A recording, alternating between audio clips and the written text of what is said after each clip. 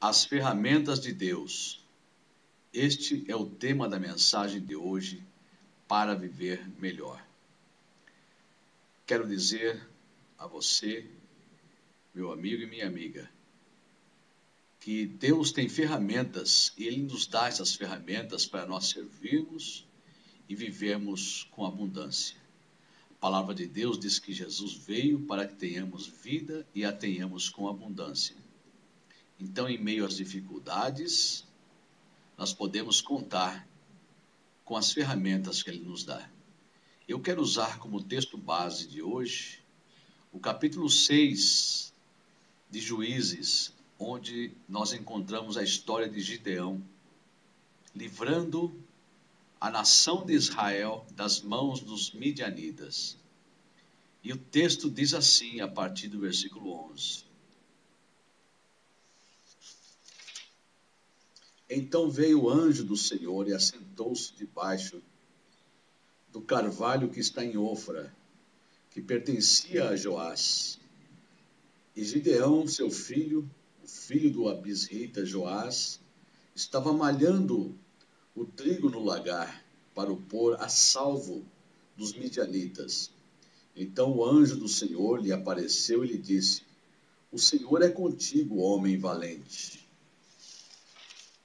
Versículo 36. Gideão disse a Deus: Se hás de livrar a Israel por meu intermédio, como disseste, eis que eu porei uma porção de lã na eira, se o orvalho estiver somente nela, e seca a terra ao redor, então conhecerei que hás de livrar Israel por meu intermédio, como disseste.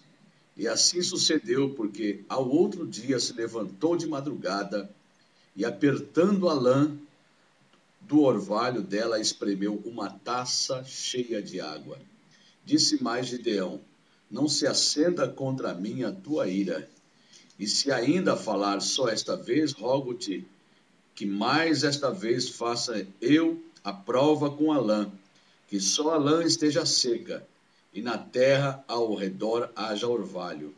E Deus assim o fez naquela noite, pois só a lã estava seca, e sobre a terra ao redor havia orvalho.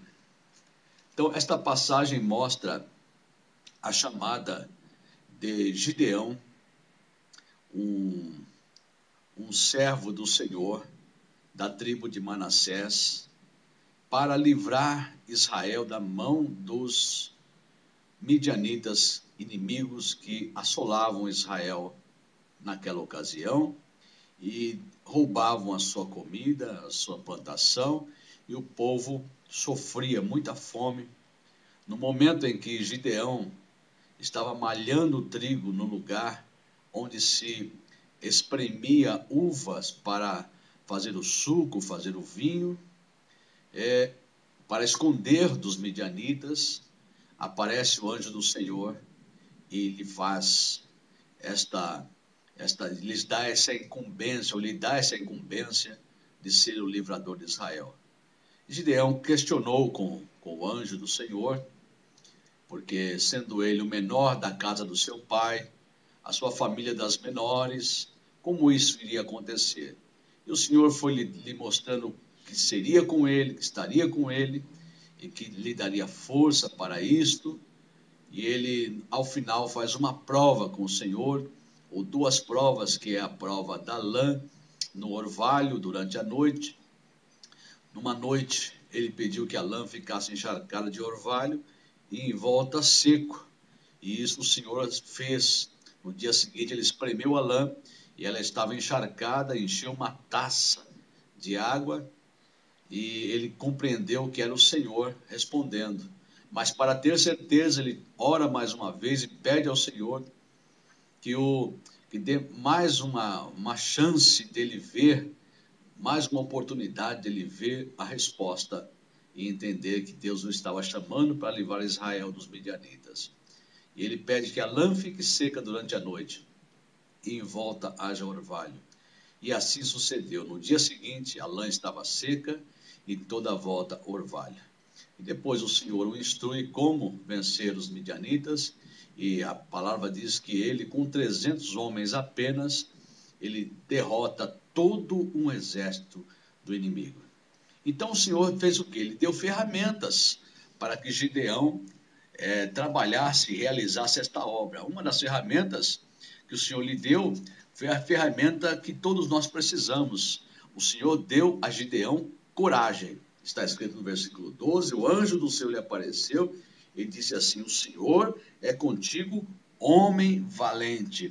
Naquele momento, nós sabemos que Gideão tinha suas limitações, mas ele estava recebendo do Senhor coragem para poder enfrentar os midianitas. Gideão soube que o Senhor estava com ele e se encheu de coragem quando ele faz aquela oração, fazendo o teste da lã no orvalho.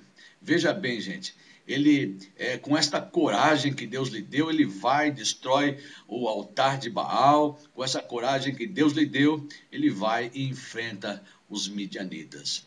Nós vemos também a passagem registrada em 4:29 de Atos dos Apóstolos, que os discípulos se encheram de intrepidez e coragem para pregar a palavra, no momento em que a igreja era perseguida por causa da sua fé, por causa da palavra que pregava, por causa de crer em Jesus Cristo. Mas a igreja orou, e o Senhor deu intrepidez, e os sinais seguiram aqueles que creram. Então, eu quero falar para vocês hoje. A coragem é uma ferramenta que Deus coloca na tua mão. Basta crer em Jesus, basta aceitar Jesus, receber salvação, receber perdão dos pecados, e o Senhor te enche de coragem para enfrentar as tuas dificuldades, os teus medos, enfrentar as lutas do dia a dia e vencer, porque em Cristo nós vencemos todos os nossos inimigos, inclusive a nossa própria carne, o nosso próprio ego e a força que está dentro de nós, que é a vontade, muitas vezes, de fazer aquilo que agrada a sua carne e não agrada a Deus. O Senhor te dá coragem para vencer esta situação que você está vivendo. Outra ferramenta poderosa que Deus colocou na mão de Gideão foi a força.